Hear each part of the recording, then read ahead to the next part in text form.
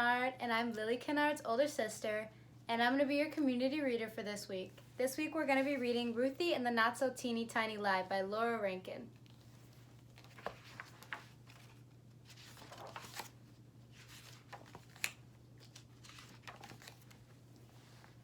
Ruthie loved tiny things. The tinier the better. Her toys were the teeniest imaginable. She had dinky dinosaurs, itty-bitty trains, ponies no bigger than your pinky, and teddy bears that were barely there.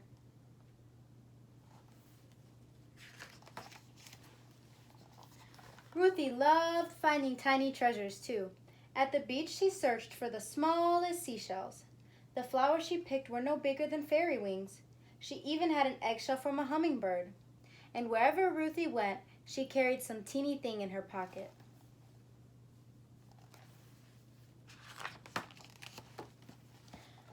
One day at school recess, after jump rope and swings, Ruthie took a turn on the twirling bar. When she landed, she saw something in the grass. It was a little box with a teensy window and an even tinier button on top. She couldn't believe her luck. It was a teeny tiny camera. Ruthie looked through its little window. Then she pressed the button on top to take a picture. Click! Just like a real camera. This was absolutely the best thing Ruthie had ever found, and it was hers. Click, click! She tried it out every which way. Say cheese, clouds! Click. Say cheese, little bug! Click. Say cheese, school! Click. Say cheese, Martin! Click. But Martin didn't say cheese. Martin said, "Hey, that's my camera."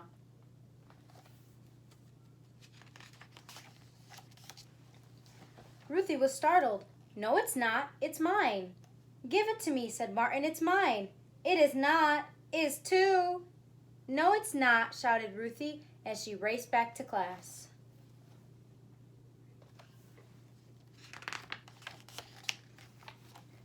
"What's going on?" asked Miss Olson. "Ruthie's got my camera," cried Martin. "I got it for my birthday and I dropped it on the playground." But Ruthie wanted that teeny tiny camera in the worst way. "It's mine," she yelled. "I got it for my birthday." Well, that wasn't true at all, not for one teeny tiny bit.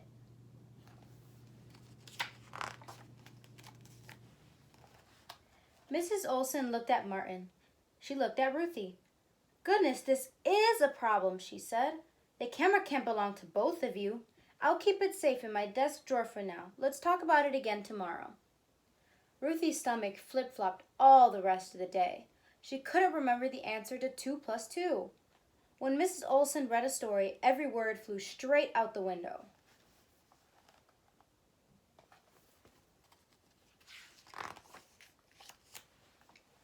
The bus ride home took forever. "Hi, Ruthie," said Mama. "How was school?" "Okay," mumbled Ruthie.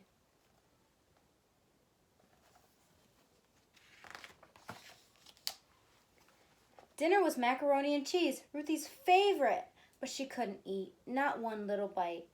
"Aren't you feeling well?" asked Papa. "I'm not hungry," she said.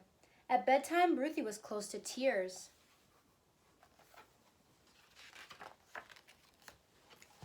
"What's the matter?" asked Mama. So Ruthie told Mama and Papa the whole story. "What do you think went wrong?" asked Papa. "I said it was my camera," cried Ruthie, "but it's not." "It's going to be okay," said Papa. "You made a mistake, and tomorrow you can fix it. I think Mrs. Olson and Martin will understand."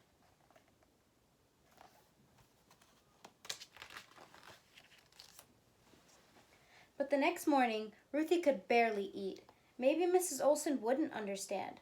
Maybe Ruthie would have to sit in the timeout corner. Maybe Martin would never talk to her again. Maybe no one would ever talk to her again. Not one teeny, weeny word. The school bell was about to ring. Ruthie took a deep breath and began the long walk to the front of the room.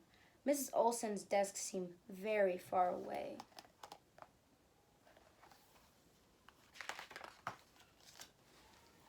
"Good morning, Ruthie," said Mrs. Olson. "I have something to tell you," Ruthie said in a very small voice.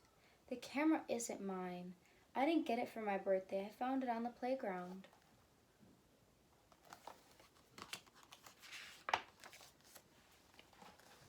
Mrs. Olson didn't make her sit in the timeout corner. She didn't even look mad. Instead, she gave Ruthie a hug and kissed the top of her head. "Thank you for telling the truth," said Mrs. Olson. "That took a lot of courage." "I'm very sorry, Martin," said Ruthie. "It's okay," said Martin.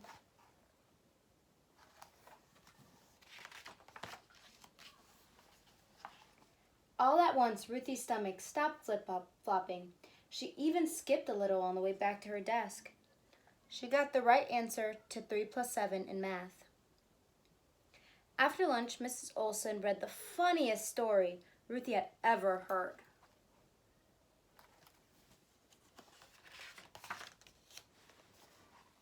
And on the short bus ride home, Ruthie realized she didn't even miss the teeny tiny camera. Not one teeny tiny bit. The end. Thank you everybody for listening. I hope you enjoyed.